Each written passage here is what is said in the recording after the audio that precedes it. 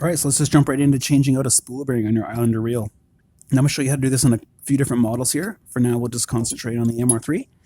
So anything I show you on this one will be the same for the majority of our reels. Anything that has two handles or handles, two bearings, and a clicker.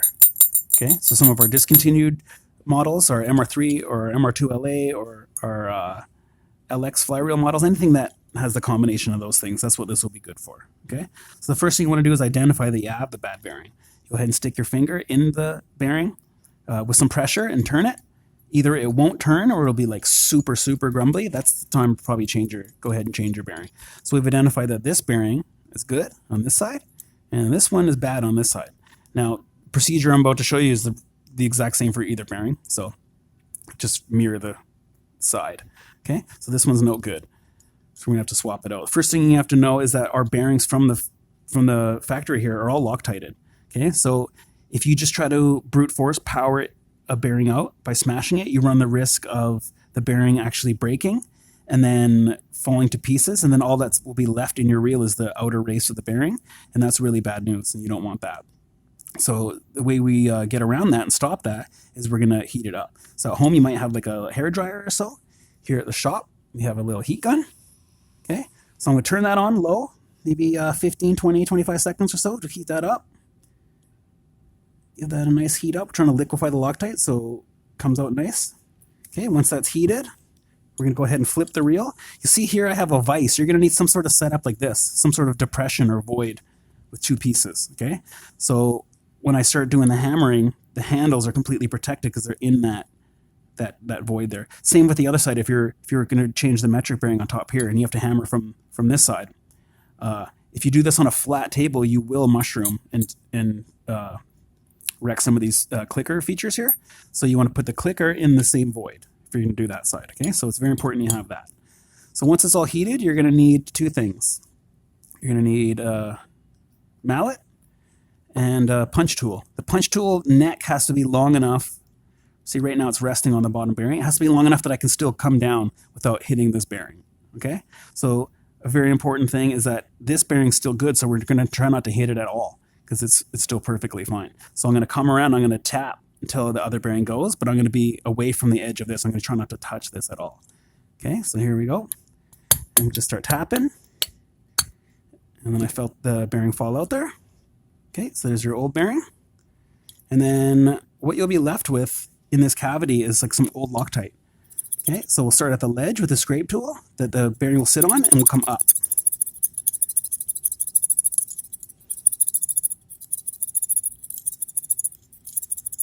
We're going to scrape all that old Loctite out. If you have a bunch of old Loctite in there, it might not let the new bearing go in properly, and it might seat somewhere where it shouldn't be. Okay, so once that's all clear, come in with this Q-tip, give it an extra wipe. Looks good. And then we have our new bearing here. Bearings usually packed in oil, and oil and Loctite don't mix, so we're going to go ahead and we're going to wipe this. Okay. Get a little holder. I just use my finger, but you can use whatever you like. And we're going to re-Loctite this. We use green here at the shop. You can use whatever color you like. The drying times and strength may vary, but anything should do. Okay, all the way around the race of that. Then we're just going to put it right in. Okay, you can hear it hit the bottom. You want to make sure it hits the bottom. You want to make sure it's seated properly. And then you'll see that there's a little bit of Loctite that's squished out. You want to get rid of that. Now, when you get rid of the Loctite that's squished out, you don't want to ever get it back into the race of the bearing. So I'm kind of turning this guy away. See that? So none of the Loctite gets back into the bearing. Okay, turn. And then once that's nice and good, you just want to give it a spin with your finger, make sure it's all seated in the right spot. Now, I would let this sit for at least an hour. I wouldn't add the grease to protect it yet. I would do that when you're going to pack your reel up and finish the assembly. But for now, I'd leave this for at least an hour. Make sure that dries in the spot that it's supposed to dry in, and that way you won't have any problems. Okay, nice and easy. Second spool we have here would be for our center pin float reels. So any of our center pin float reels that we've had. This is our Islander steel header here. Okay, so there's two main differences with this spool and the other spool I showed you. This one, you don't really change one bearing at a time. You change them both on this one. Not only when you're changing the other one with the punch tool, you will wreck the other one. but they always go at the same time. It's not a one bearing on the other situation like a lot of our mooching reels or fly reels could be. Okay, the second difference is instead of the clicker on the back, we have a Delrin gear here. Now this is made out of like super hard plastic. If you have to heat from this side with the heat gun or hair dryer, you don't want to add heat right to this. This will deform.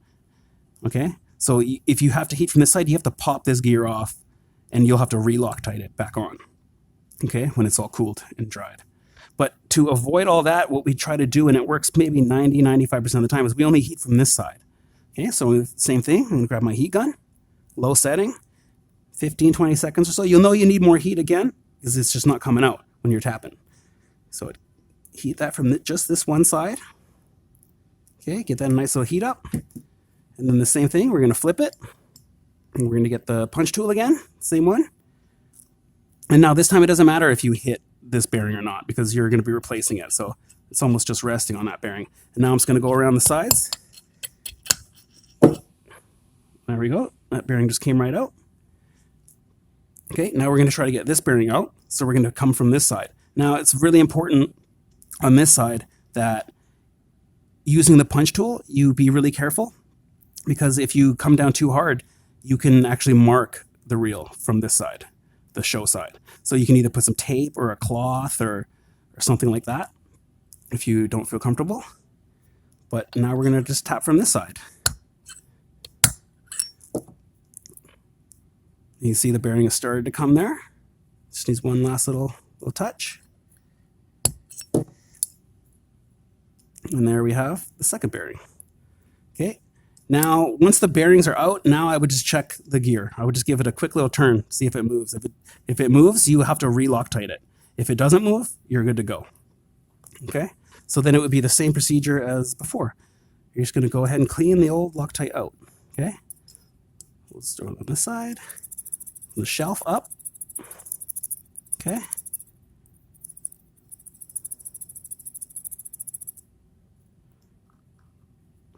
Again, you'll feel it and see it. You want to make sure that bearing's seated all the way properly. And then we have the new bearing. Same thing. Give it a wipe because of the oil. And then I have this little holder here. You can use anything you want. You could use even just a Q-tip will hold it also. And we're going to re-Loctite that back in too. Okay, so just a little bit on the actual bearing here. See that? Just a bit on the outside. Not getting into the race at all, just a little thin layer. Okay, and then we're going to go ahead and plug that in, just like that. And then it'll be the same thing as the last spool. Any remaining Loctite, be super careful, more careful with this reel. You don't want any of that getting into there, not even a speck of it. Okay, so once that's all nice and done, give it a good clean. I would take your finger or the tool that you put it in with and just make sure it's seated again, just like ever so slightly, make sure that it is flat. Okay, same thing with your finger. You could do it with your finger just like that. Make sure that it's flat so it dries in the right position. Okay, so hopefully that makes everyone feel more comfortable changing out the bearings and the reels. And that's it for this edition of Maintenance Mondays.